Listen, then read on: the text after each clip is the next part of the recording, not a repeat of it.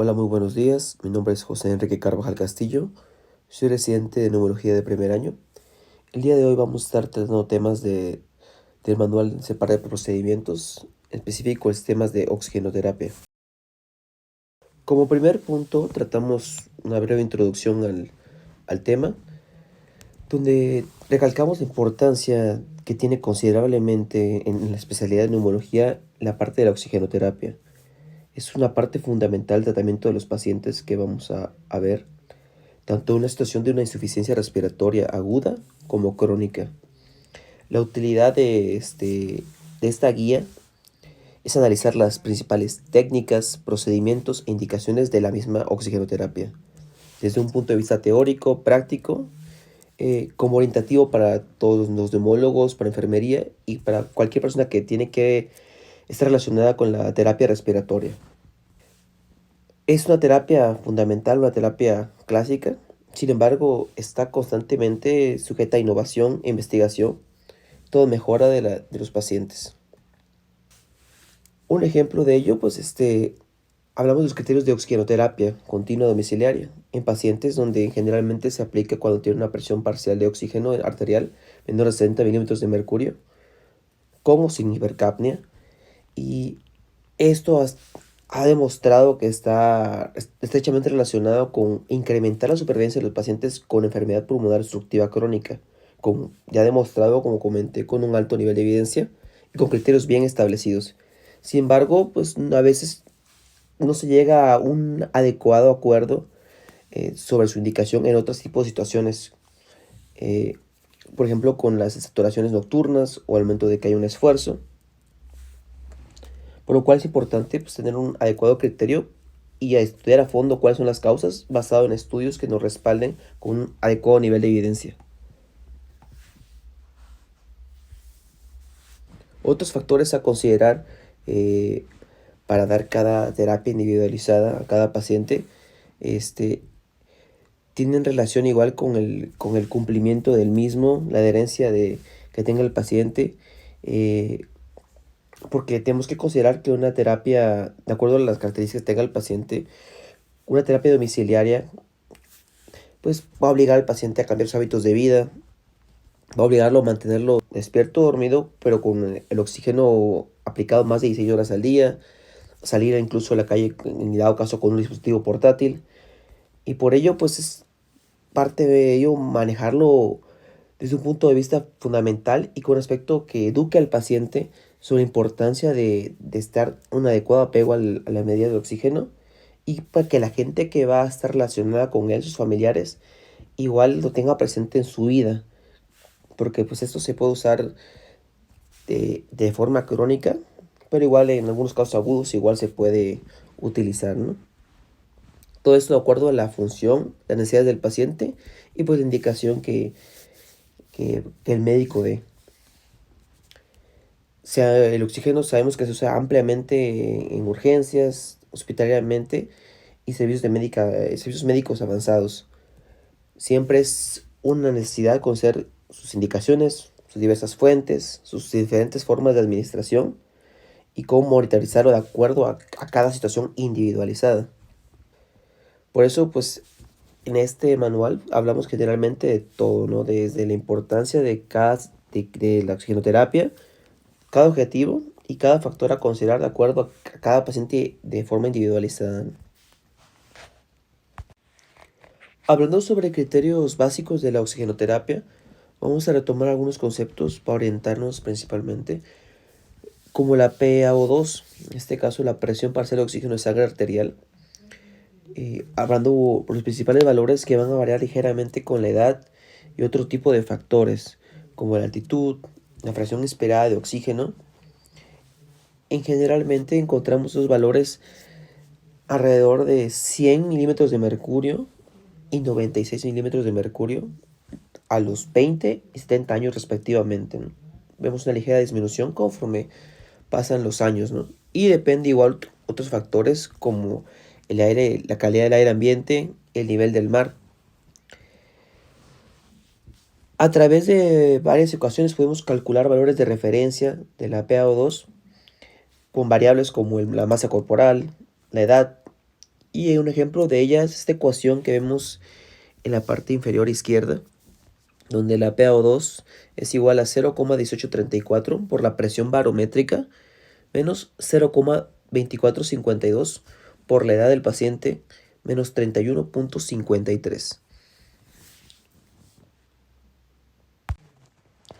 Hablando de otros valores importantes, tenemos los valores de la presión parcial de dióxido de carbono en sangre arterial, la PaCO2, que igual sufren de una disminución ligera con la edad de alrededor de 4 milímetros de mercurio entre 20 y 70 años respectivamente, con valores medios entre 38 y 34 milímetros de mercurio.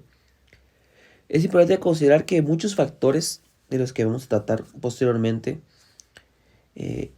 tienen que tener una adecuada coordinación para que no haya ni una alteración en el intercambio gaseoso, ¿no? Algunos de estos factores, tales como la ventilación alveolar, la difusión alveolo capilar y la perfusión, ¿no?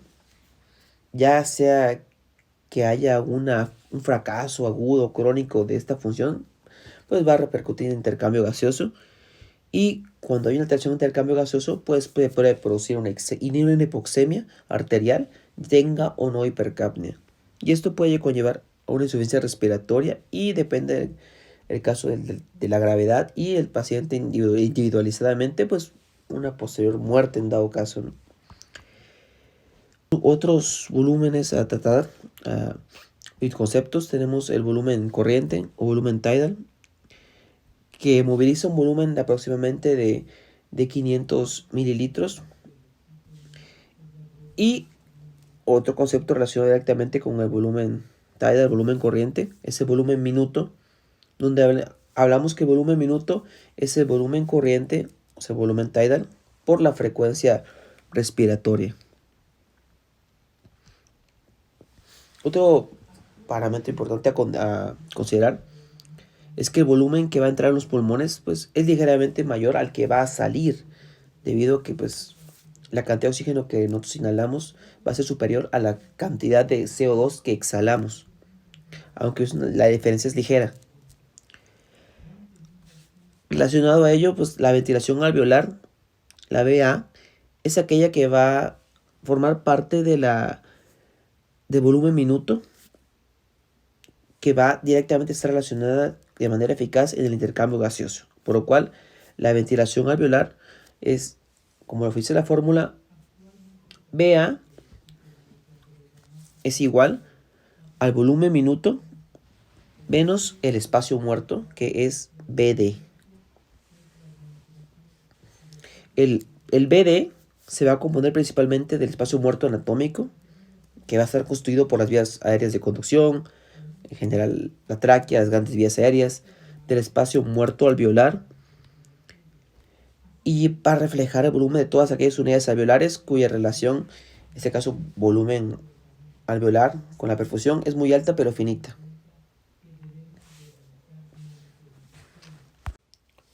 Hablando del intercambio de gases a través de la interfaz alveolo-capilar, es importante conocer que se produce por difusión simple.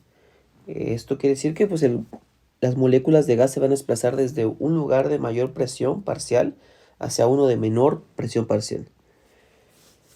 Este gradiente de presión pues, va a determinar la dirección del intercambio gaseoso.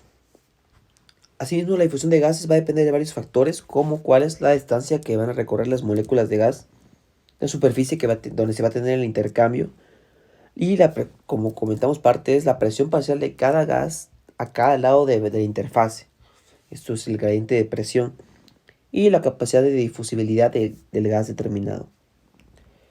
Para que haya un adecuado intercambio de gases, se van a establecer dos sistemas de gradientes de presión.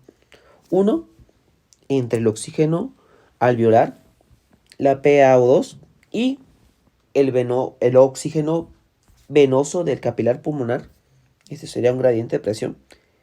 Y otro entre el CO2 venoso y el alveolar, que se va a mantener constante en la sangre arterializada, que va a abandonar el capilar pulmonar. Es importante conocer que el CO2 difunde de 20 a 25 veces más rápido que el oxígeno a través de los tejidos, por lo cual tiene un mayor coeficiente de solubilidad.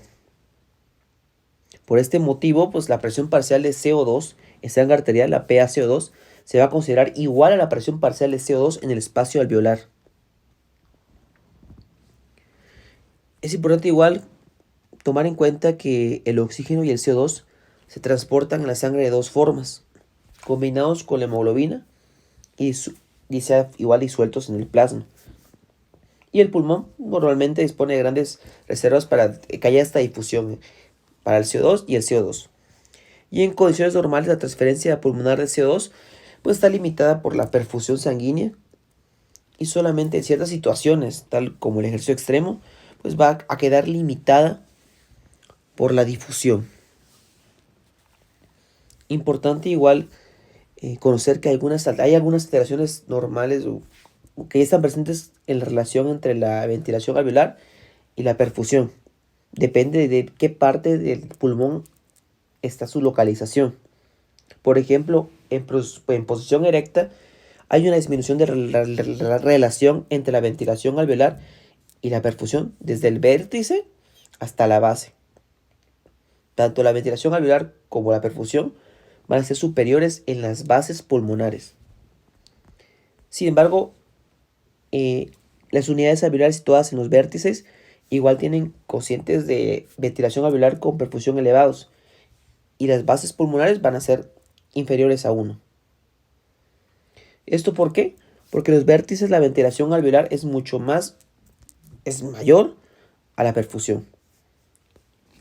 Y de forma de cúbito supino, la ventilación alveolar en la región posterior de los pulmones va a ser superior a la anterior.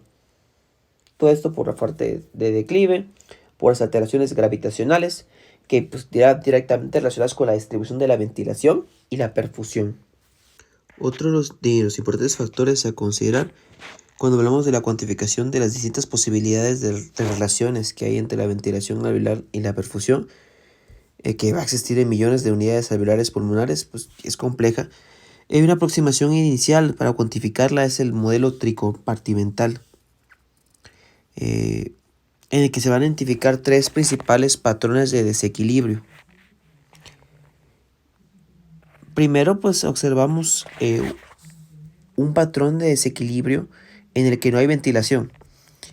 Es el shunt o cortocircuito, donde la ventilación alveolar es igual a 0 y solo hay perfusión, por lo que la relación entre ventilación alveolar y perfusión va a ser a 0. En el segundo patrón, la relación entre la ventilación alveolar y la perfusión están equilibradas, es decir, sería un pulmón ideal, y el coeficiente va a ser alrededor de 1, entre 0.3 y 10 en la práctica, ¿no? Y en el tercer patrón observamos una ventilación sin perfusión, por lo cual la perfusión es igual a 0 y la relación entre la ventilación alveolar y la perfusión va a tender al infinito. Este tercer patrón pues, va a ser compatible con un concepto conocido clásicamente como espacio muerto fisiológico y que corresponde en condiciones normales a un 20 a 25% de la ventilación minuto. Es importante igual esto para poder cuantificar otras desigualdades entre la ventilación alveolar y la perfusión.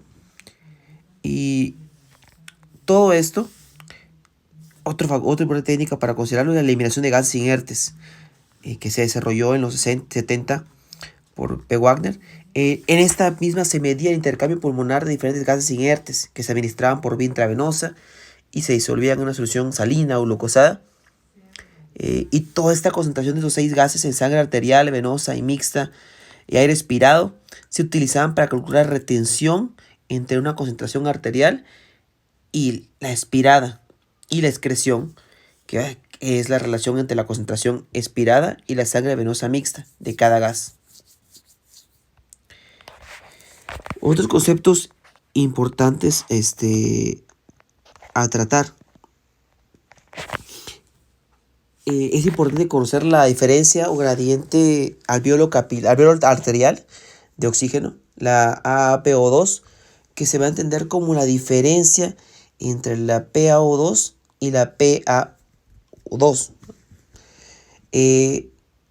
Esto va a evaluar la contribución de los mecanismos que se habían señalado en el valor de la PaO2 en sangre arterial y va a reflejar qué tan eficientemente funciona el pulmón como intercambiador de gases. Esto nos orienta sobre un mecanismo, una posible alteración en intercambio gaseoso presente en la interfaz pulmonar, ¿no? Y otro concepto, la PbO2, que va a corresponder a la presión parcial que ejerce el oxígeno que va a estar disuelto en la sangre venosa circulando por la arteria pulmonar. Y también es útil para valorar el intercambio gaseoso. Su valor va a estar dado por la diferencia entre la cantidad de oxígeno aportada y la que consumen los tejidos. Y como hemos platicado, en un pulmón patológico que hay un desequilibrio entre la ventilación y la perfusión, con un shunt, una PbO2 menor va a provocar que la presión arterial de oxígeno sea inferior para un mismo grado de desequilibrio, en este caso en la relación de la ventilación alveolar y la perfusión. Tocando el tema de hipoxemia, hablamos que se va a referir a una disminución del contenido y o la presión parcial de oxígeno en la sangre arterial. Sin embargo, pues esta relación sabemos que la relación entre la presión arterial de oxígeno y el contenido de oxígeno no es lineal y va a depender de varias variables. Porque una PaO2 puede caer muy bajo de lo normal sin que haya un cambio significativo en el contenido. Y también asimismo puede estar muy disminuido sin que haya cambios en la PaO2. Pues habitualmente entendemos que va a existir una hipoxemia cuando se produce una disminución de la PaO2 por debajo de límites normales de acuerdo a la edad del paciente, ¿no? Un promedio, por ejemplo, para cuando se dice que hay una hipoxemia arterial es cuando la PaO2 pues, baja a menos de 80 milímetros de mercurio. Y el concepto de hipercapnia arterial, pues cuando la PaCO2 pues, va a ser más de 45 milímetros de mercurio. Todo esto pues en un área de aire ambiente, a nivel del mar. Y esta disminución de la PaO2 pues puede verse varios factores, ¿no?, que se ilustran en la tabla que observamos. Por ejemplo, uno sería cuando hay una disminución de PaO2 en el área que nosotros inspiramos. Esto cuando por ejemplo, hay una presión barométrica disminuida en altitudes mayores, por ejemplo, pues a 3000 metros de nivel del mar, en la gente que se dedica a escalar, la gente que se dedica al alpinismo, todo ese tipo de situaciones. Donde hay una alteración en la PO2, pues por la caída de la presión atmosférica.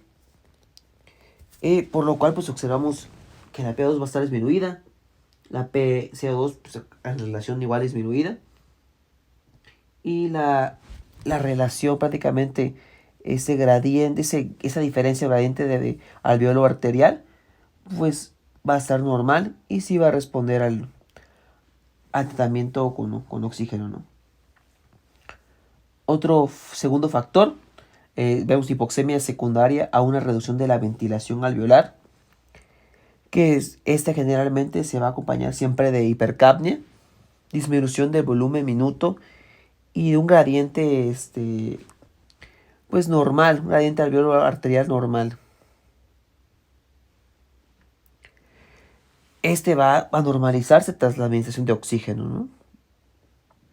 Y pues un ejemplo característico de esto, pues enfermedades neuromusculares, depresión respiratoria, después de intoxicaciones y relaciones que se encuentran en el síndrome de obesidad con una hipoventilación.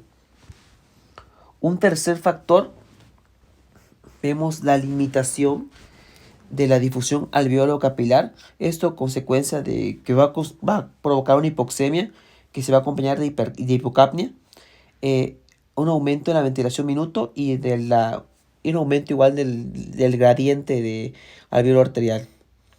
Y esto va a ser pues, reversible tras administrar oxígeno a concentraciones elevadas.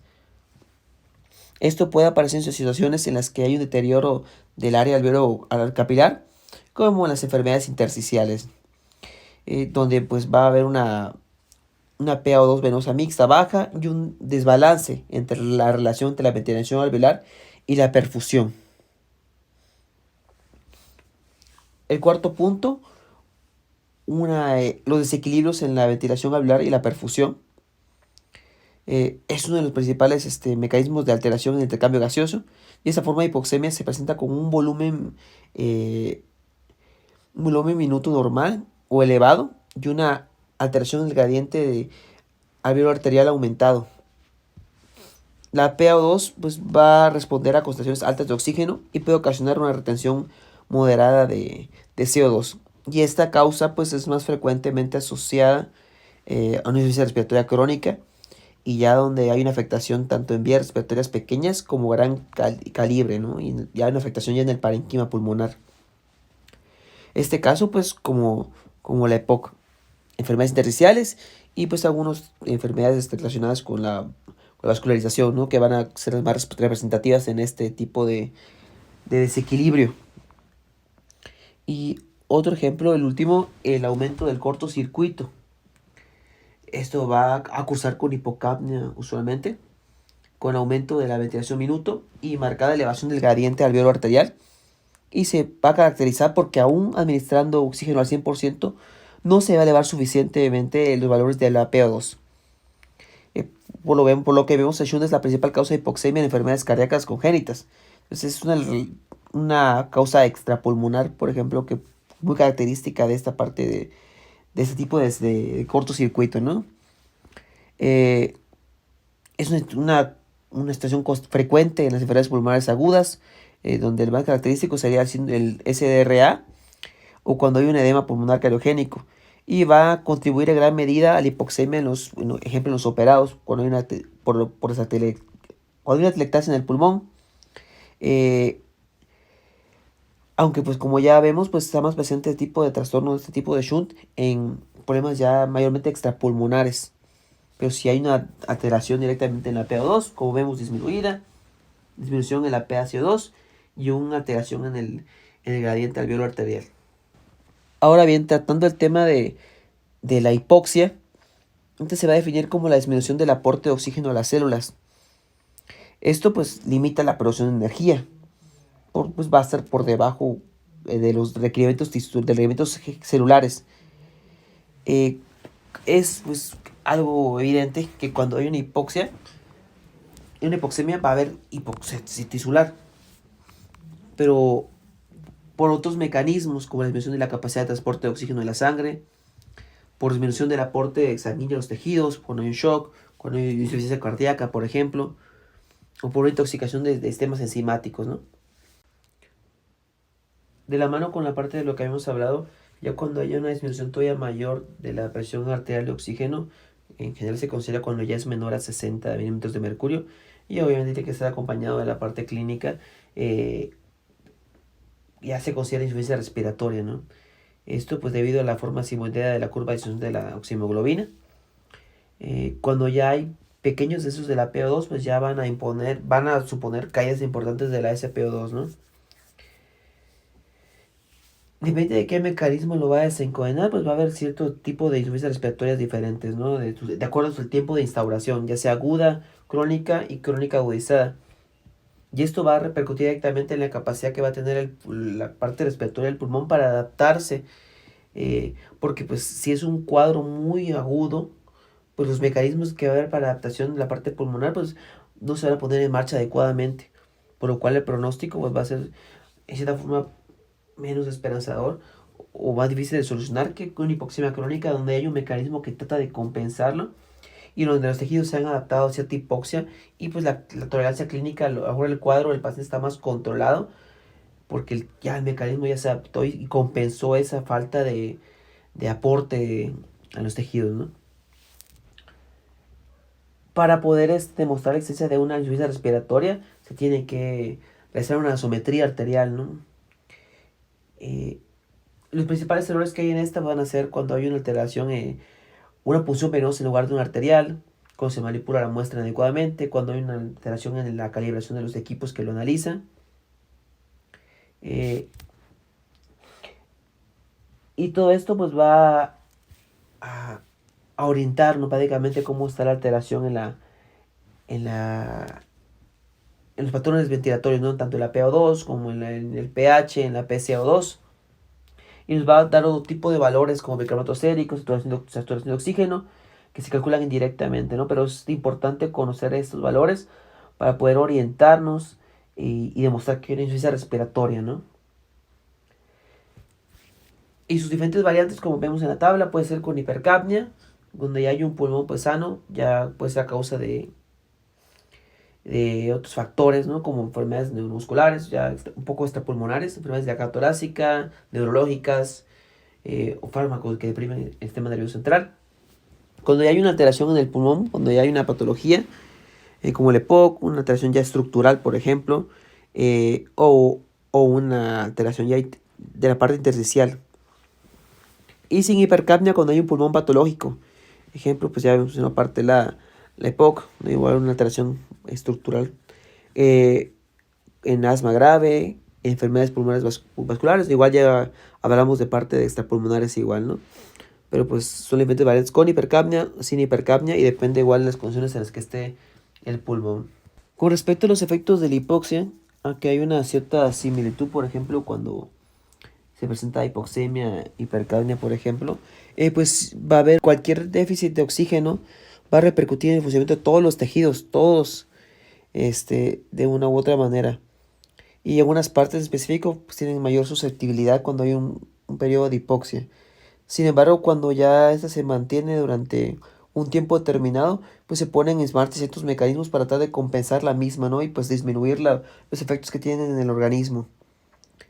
Y como hemos comentado parte de lo anterior en la parte de insuficiencia respiratoria, en este caso más centrado en la hipoxia, cuando hay una instalación lenta, pues, pues no, hay tiempo para que el cuerpo se adapte, ¿no? Para que lo compense, la parte de los mecanismos de compensación que habíamos comentado, ¿no?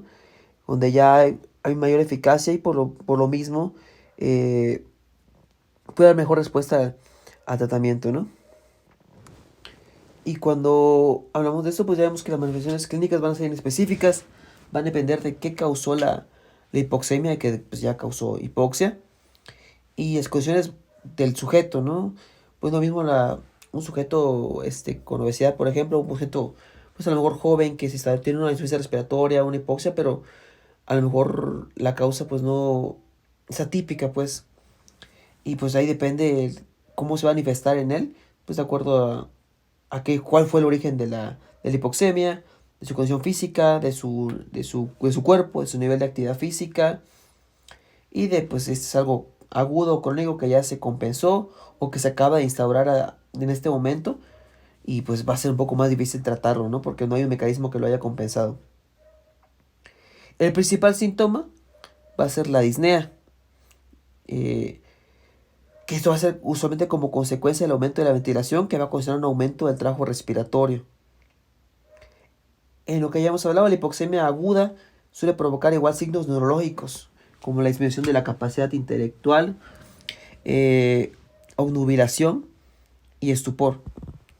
En esos cambios ya de instauración crónica, ya va a haber síntomas menos marcados, como la falta de concentración, apatía. Y otro síntoma muy, muy común de la hipoxemia, pues que a veces es diacianosis. Sin embargo, igual puede haber taquicardia, agitación. Y todo esto depende, igual como le comentábamos, de qué tan avanzada sea ya el tiempo donde hay una hipoxemia, por ejemplo, ¿no? Porque si eso se prolonga más tiempo, pues ya aparte de la cianosis, pues puede haber alteraciones como la hipotensión y bradicardia. Y como vemos algunas partes ya de la hipoxemia, y los síntomas que hay cuando hay una hipoxemia, pues igual se comparten con una hipercapnia, ¿no? Que donde hay desorientación, obnubilación, taquicardia, pero pues ya vemos que algunas diferencias como flapping presentes en la misma se observan en la tabla. Como ya comentamos, la hipercapnia aguda se caracteriza por un cuadro de cefalopatía, donde hay desorientación, agitación motora, diaforesis. Sin embargo, pues es relacionado a lo que habíamos comentado igual, ¿no? Cuando ya es crónica, suele ser bien tolerada, ¿no? Y tan solo como una somnolencia diurna, asterixis o flapping.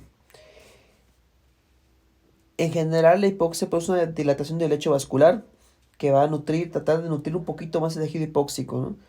¿Esto cómo? Pues aumentando literalmente hay una déficit en el riego sanguíneo, en los tejidos hay una déficit de la perfusión, en este caso igual pues del oxígeno en los tejidos, por lo cual aumenta la frecuencia cardíaca, el gasto cardíaco. Sin embargo, pues al momento de que hay esta contracción de la vasculatura igual, eh, se consigue mejorar un poco la relación entre la ventilación y la función pulmonar, y asimismo esta hipoxia va a inducir una elevación de la secreción de eritropoyetina, ¿no? Con lo que va a provocar una poliglobulia que aumenta la capacidad transportadora de oxígeno en la sangre. Entonces, como ya vemos, es parte de la compensación, ¿no? Hay una hipoxia, se dilata el lecho vascular para tratar de nutrir ese tejido que tiene un déficit prácticamente en la oxigenación, aumentando toda la parte de la mecánica cardíaca, ¿no? Para compensarlo. En inicio esto va a ser beneficioso, pero luego ya a la larga, si se mantiene más tiempo, pues va a tener una consecuencia fisiopatológica ya perniciosa para el organismo, ¿no? Donde ya, ejemplo, hay una vasoconstricción pulmonar.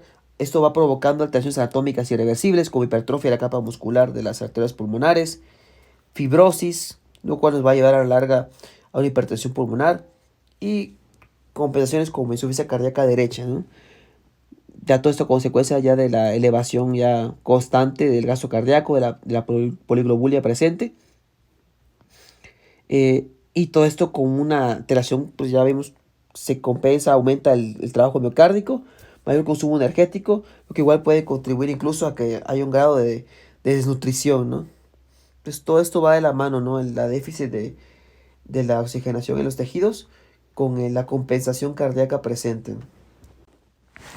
Hablando más detenidamente sobre los efectos de la oxigenoterapia, hacemos recalcando la importancia de la misma, ¿no? Que es un tratamiento que siempre se ha usado, pero es la principal medida en el manejo de un paciente con insuficiencia respiratoria, ¿no? Como pues administrando oxígeno con mayores concentraciones que en el aire ambiente. Y siempre la principal objetivo va a ser prevenir o revertir esta hipoxemia, ¿no? Con mejorando la oxigenación de los tejidos. En específico, vamos a valorar en este caso mencionar dos estudios que se hicieron, uno en Reino Unido de la MRC y el otro el NOT en Estados Unidos, ¿no? Todos estos tenían se planteaban valorar qué tan exitoso y qué tan útil era el oxígeno, principalmente en los pacientes con EPOC. El primero, el MRC, comparó el uso durante 15 horas al día, incluso en la noche, ¿no? Todo el tiempo continuamente con oxígeno. Y el otro, el NOT,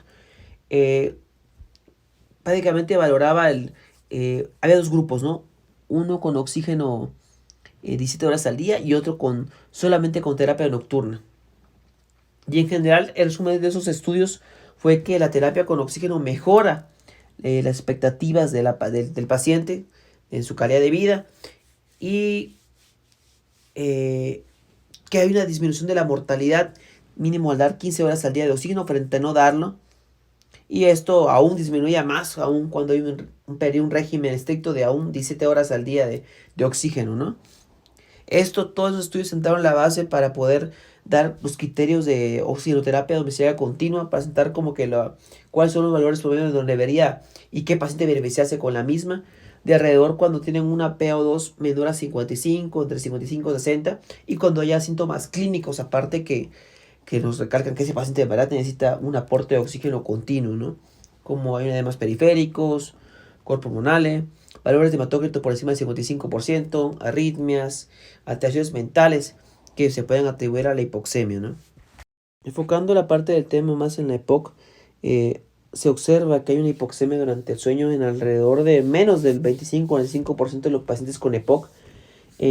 Mayormente van a estar normoxémicos durante el día. Sin embargo, pues esto puede tener una significación pronóstica adversa en relación a la supervivencia. Se pueden ver alteraciones de caídas nocturnas de la SP2 como el 36%, y esto puede ser relacionado a apneas y hipoapneas que pueden ser menos graves y menos duraderas, ¿no? Principalmente esto apareciendo durante el sueño REM. Y hay la importancia de la oxigenoterapia nocturna, porque esto ya mejora directamente la oxigenación durante todo el tiempo, ¿no?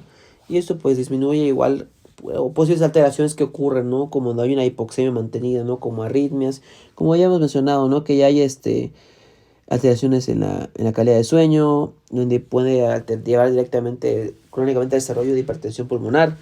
Entonces, todo esto a consecuencia de una buena oxigenación y una terapia de oxígeno continua, ¿no? Por lo cual vemos que estos pacientes con ciertos criterios en específico, como EPOC con disminución de la PaO2 diurna y que sean entre ciertos valores, pues sí se benefician directamente con una terapia continua de oxígeno domiciliario, ¿no? De preferencia de mayor duración. Mientras más duración, pues más mejoría en la oxigenación, más mejoría en la sintomatología clínica y reducción de la mortalidad. Ahora hablando de otro tipo de tema ya relacionado directamente a qué sistema nos van a suministrar ese oxígeno que necesitamos para nuestra terapia, vamos a tener tres sistemas de bajo flujo, de alto flujo y ahorradores de oxígeno, ¿no? Con respecto a los sistemas de bajo flujo, tenemos las cánulas nasales, las gafas nasales, o mascarillas simples y mascarillas con reservorio, ¿no? En la parte de alto flujo, en mascarillas tipo Venturi y cánulas de alto flujo. Y en los sistemas ahorradores de oxígeno, pues ya cánulas reservorio, catéteres transtraqueales. Cada uno para sus diferentes indicaciones. Y igual depende de la cantidad del aporte de oxígeno que necesitamos, ¿no? Y de qué forma lo queremos mantener, ¿no? En la parte de sistemas de bajo flujo, van a ser sistemas en los que el paciente va a inhalar aire procedente de la atmósfera y se va a mezclar con oxígeno, por lo cual una fracción inspiratoria va a depender del patrón ventilatorio del paciente y de la cantidad de oxígeno suministrada, ¿no? El primero tenemos las cánulas nasales o gafas nasales, que van a ser el método pues más sencillo para emplearse, ¿no? Y el más utilizado en oxigenoterapia continua, ¿no? Por domiciliaria, por su facilidad y porque el paciente pues fácil para él, ¿no? Va a consistir en dos cánulas flexibles de plástico que se van a adaptar a las fosas nasales y se van a mantener, se van a fijar en la parte del pabellón auricular. La concentración no va a ser totalmente estable porque va a depender de la frecuencia respiratoria del paciente, de qué tanto él boquea, qué tanto respira, cómo está su patrón ventilatorio y de la anatomía pues de las fosas nasales, no si está obstruida o algo, porque eso igual va a repercutir en la cantidad de oxígeno suministrada, ¿no? Porque no va a llegar adecuadamente o va a disminuir. Y este pues tema pues se considera que aumenta la concentración de aire inspirado entre 3 y 4% por cada litro y litro minuto de oxígeno administrado. Se alcanza una FiO2 de alrededor de 24 a 36% en promedio. Y va a ser, como ya comentamos, el más cómodo porque permite que el paciente igual pues incluso pueda hablar y pueda alimentarse sin necesidad de que se quite. Otro dispositivo, la mascarilla simple, es un dispositivo de plástico que va a cubrir desde la nariz hasta el mentón y que va a tener unos orificios laterales que permiten que salga el aire expirado al ambiente. Permiten alcanzar mayores concentraciones de oxígeno de hasta el 40% y con flujos de 5 a 6 litros por minuto, ¿no? Pero sí va a haber una presencia de mayor incomodidad para el paciente porque sí va a interferir en su alimentación, al aumento expectoral. Ahora bien, el último mascarilla con reservorio tiene un reservorio, ¿no? Que va a acumular oxígeno y va a ayudar se va a acumular en cantidad suficiente como para que este flujo inspiratorio, o sea, para que haya un acúmulo de oxígeno, ¿no? En la parte inspiratoria, en la parte del reservorio. Y puede permitir mayores aportes de FiO2, alrededor de un 60% con flujos de 6 a 10 litros por minuto. Y de esta debe permanecer inflada, ¿no? Para que no se colapse la bolsita debe estar inflada, ¿no? Tiene 3 válvulas que van a impedir que el gas que se expira recircule por el dispositivo.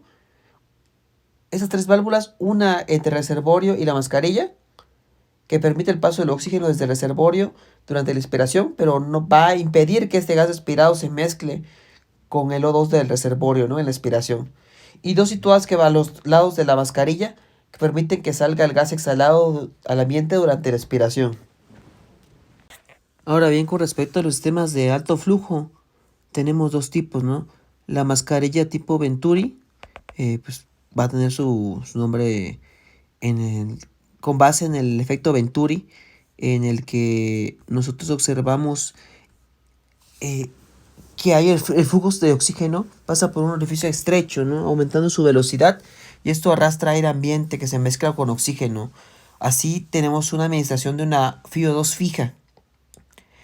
Eh, Igual con este sistema tenemos unos niveles de FiO2 en 24 y 25 y ya con independencia del patrón ventilatorio del paciente, ¿no? Va a ser fija la administración. La entrada de aire va a depender de la velocidad del chorro, o sea, del flujo y del tamaño de la apertura de la válvula, ¿no? Que puede ir una concentración de oxígeno desde 24 a 50%, y pues es un sistema muy utilizado en medio hospitalario porque la FiO2 va a ser muy estable su aporte, ¿no? Otro, importante método de alto flujo son las mascarillas de alto flujo con cánulas nasales que alcanzan FiO2 mayores a 50% incluso, con modelos que incluso hasta tienen una mayor, que incluso permiten calentar y unificar el flujo de aire para administrarlo a través de la cánula, que pueden tolerar flujos más altos, ¿no? Incluso de hasta 60 litros por minuto.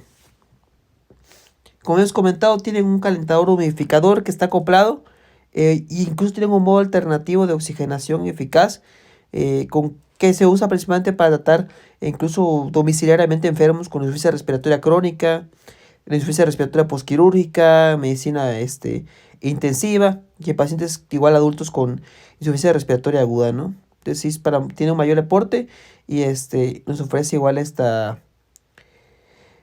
posibilidad de que haya un flujo mucho más alto todavía.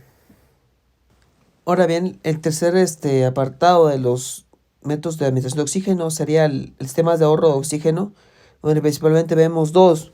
El primero, la cánula reservorio, donde van a ser una especie de gafas nasales que se van a acoplar a un reservorio que tiene una membrana, la cual se va a espesar durante la expiración, permitiendo almacenar unos 40 mililitros de oxígeno provenientes de la fuente que se va a liberar en el inicio de la inspiración, y va a aumentar la FiO2 al inicio, la fase inicial de la inspiración, por lo mismo, por este acúmulo en el reservorio, ¿no? Con dos modelos, pues el Oximizer, donde hay un reservorio en la nariz, y el otro que es el Pendant, donde el reservorio va a estar en la parte del pecho y se va a conectar a la nariz por medio de unas cánulas nasales. Esto igual, pues, la eficacia de este tipo de cánula reservorio va a disminuir en pacientes con frecuencias respiratorias altas, que abran la boca, donde pues disminuye directamente la eficacia porque pues están respirando igual, perdiendo prácticamente esa oxigenación al momento de respirar por la boca, de hablar, y donde hay que enseñar a la gente que hay que respirar por la nariz mientras tenga este tipo de cánula, ¿no? Y un catéter transtraqueal, como la última parte, que va a dar oxígeno directamente en la tráquea a través de un catéter que se introduce por punción percutánea del segundo o tercer anillo traqueal, y que ha demostrado que disminuye el trabajo respiratorio de la disnea. Sin embargo, al momento de ser algo más invasivo, pues tiene muchos inconvenientes, ¿no? Que requiere un recambio y se puede asociar a complicaciones locales a nivel de la zona de inserción. Y hay ciertas contraindicaciones ya definitivas como estenosis subglóticas, parálisis de cuerdas bucales, coagulopatías o acidosis respiratoria, ¿no? Ahora bien, con respecto a las fuentes de oxígeno, vamos a tener variantes. Las más comunes, por ejemplo, serían los cilindros de alta presión, eso lo vemos en cualquier hospitalaria, donde va a estar el oxígeno almacenado en forma gaseosa. Sin embargo, ocupan gran volumen, son grandes los cilindros pesados, y pues para pacientes que tienen que tener cantidades mayores de flujo de oxígeno por minuto, pues a lo mejor no son tan convenientes porque hay que hacer el recambio, no se va a poder mover. Si el paciente ya tiene el oxígeno todo el tiempo, no va a poder moverse con el cilindro, por lo cual a lo mejor se considerarían otras alternativas, ¿no? Como las siguientes, como el concentrador de oxígeno, que es la segunda opción. Este método va a extraer oxígeno del aire ambiente, separándolo del nitrógeno mediante filtros, y de acuerdo al flujo, a la potencia, en este caso de 1 litros por minuto, se va a alcanzar concentraciones de oxígeno de alrededor de 98-100%, y con flujos más altos, pues disminuye esta concentración de oxígeno, ¿no? De 92 a 95%.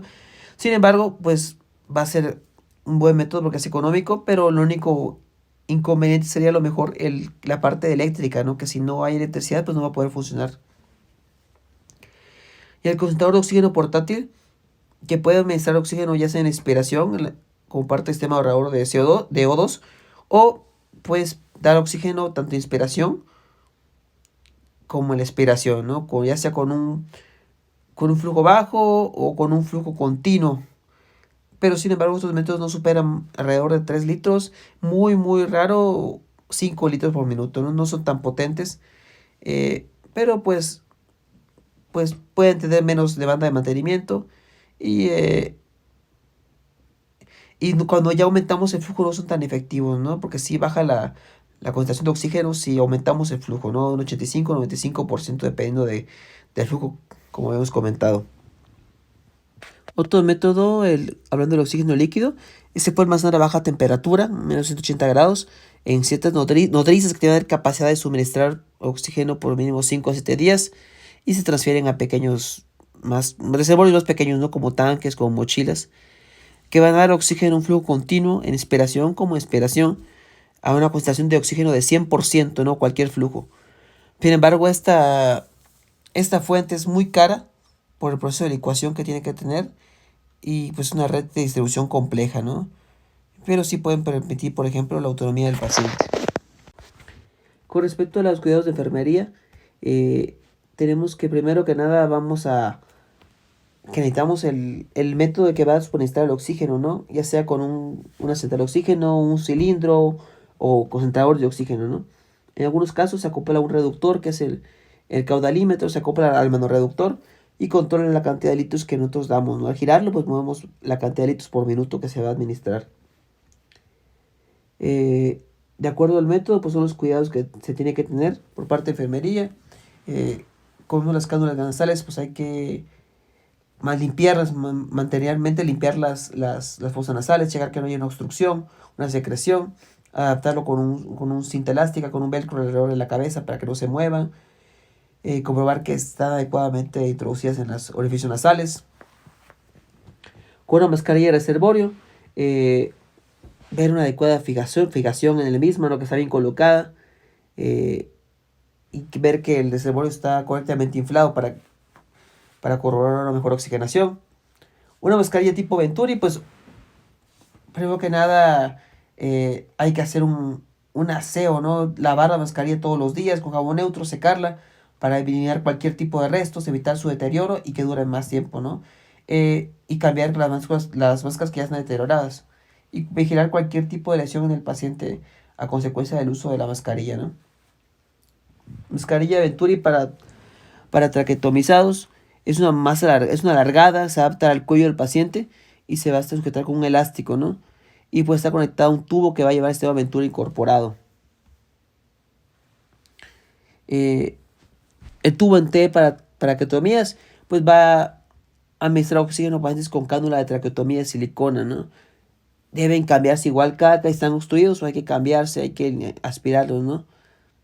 Y son uno de los cuidados que hay que tener principalmente, ¿no? Importante considerar igual, vamos a verlo más adelante, ¿no? La parte de la técnica, de cómo enfermería de comprobar y preparar al paciente, ¿no? Ya en esta última parte de estos primeros 3 temas, vamos a hablar de la preparación del paciente, ¿no? Donde se tiene que informar al paciente sobre por qué le estamos dando oxígeno, sobre qué flujo vamos a suministrarle y informarle alrededor de qué tanto tiempo nosotros consideramos que va a tener que tener tratamiento, ¿no? Con oxígeno. Cuando se va a aplicar, pues un lavado de manos técnico, conectar adecuadamente el caudalímetro para graduar la cantidad de litros por minuto, conectar el humidificador, ver que el agua burbujee. Entonces, todo esto para que haya una adecuada suministración de la cantidad de oxígeno que nosotros requerimos, ¿no? Hay que comprobar que el flujo está adecuadamente administrado, vigilar signos vitales, comprobar que no hay secreciones que obstruyan esa salida de flujo para mejorar la oxigenación y mantener un nivel adecuado de agua en el humidificador, ¿no? Vigilar que no haya úlceras por presión en la gente que está postrada, pues, o que tenga oxigenoterapia por mucho tiempo. Vigilar que no haya úlceras prácticamente en el lóbulo de la oreja, donde están las cándulas nasales. Y pues todo esto igual cuando hay que la cándula nasal, por ejemplo, causa lesión en la mucosa, porque el oxígeno igual reseca la parte de la orificio nasal, pues se recomienda una crema con base hidrosoluble, ¿no? Que no tenga ni vaselina, ni aceites, nada de este tipo de cosas, ¿no? Otro tipo de factores importantes, como hemos comentado, limpieza del material, recambio. Cuando hay una suciedad de algún tipo de cánula o tubo, pues hay que retirarlo y cambiarlo. Y educar al paciente, ¿no? Que el paciente conozca cuántos litros se le están administrando, cómo se va a poner adecuadamente la mascarilla para que no haya errores directamente en ese sentido, y que sepa que la importancia de que aplicarse adecuadamente para mejorar la oxigenación que tenga y cumplir las horas que le dan exactamente, ¿no? Este apego adecuado que junto con un buen administración, junto con una buena limpieza en los métodos y un buen manejo de los temas de oxigenoterapia, pues mejora directamente el tratamiento dado, ¿no? Entonces hay que hacer partícipes al paciente de la importancia de que tenga un buen apego y que use adecuadamente los métodos que le van a dar el oxígeno, ¿no?